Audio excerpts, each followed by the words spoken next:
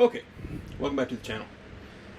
It occurs to me that I could do a better job at explaining how to learn how to play guitar. It's a pretty rough shot.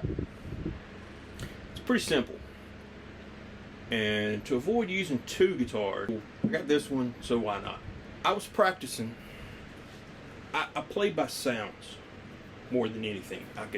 If I can watch a video of somebody playing, preferably the live version, see where their hand is on the neck, I can find the notes they're playing or something close to it, and I can pretty much figure it out. It's the easiest way that I've found to learn by ear. Sitting around one day, I was playing a 6th string, and this came out. Just this note, and I was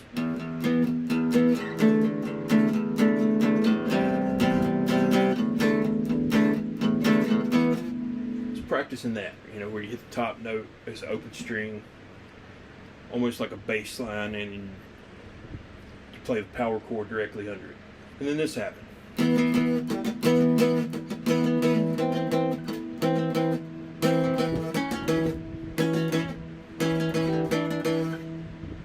Man, it's close, but it's too far to reach, too much of a stretch, and that's not how you play the song. So I didn't really give it much thought.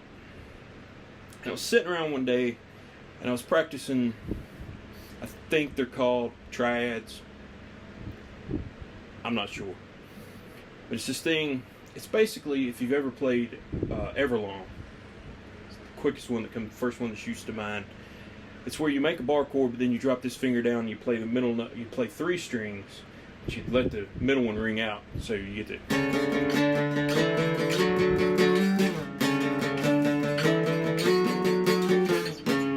So I was sitting there playing that over and over. Started moving around on the neck trying to figure out. It turns out there's several songs that use that. I was watching TV, like I do a lot when I play guitar, and I wasn't paying attention. And I chorded it wrong. I chorded it backward. And this happened.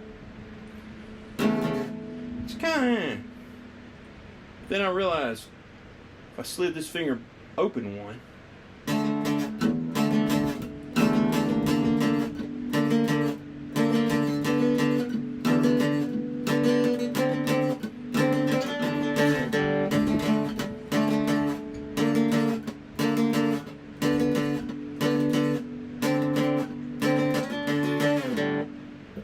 I think I accidentally figured out a run, like a scale.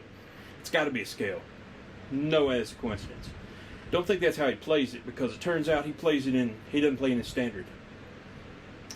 You'll figure out if you stick around. You'll notice I play a lot of songs wrong because I play almost everything in standard. About as far off the track as I go is drop D. For a couple songs to just have to, like Everlong and Jimmy Eat World, you kind of have to drop D. But everything else I pretty much play in standard because I learned to play it by ear. But anyway, that's what I came up with. I thought, well, that's cool. So where's it go from there? Then I came up with this. After a lot of trial and error.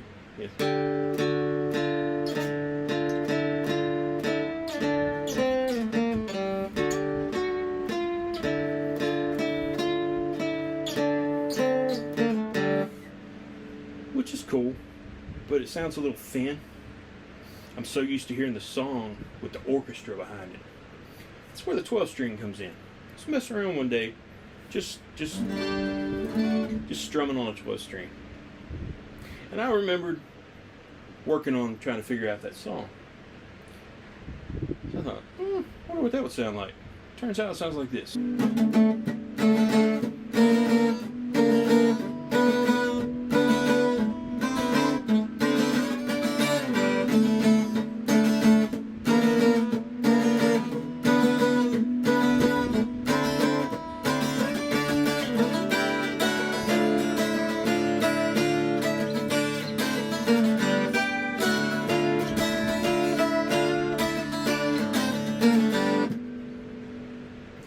I think that's all right. So basically, that's kind of how things progress. aside from a few times, even when I should explain, I can't do the musical theory. This note goes here, that note goes there. I couldn't tell you the notes.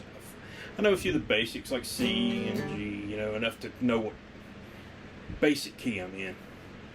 Other than that, I didn't learn any of that stuff. It just blurred in my brain, and I couldn't figure any of it out.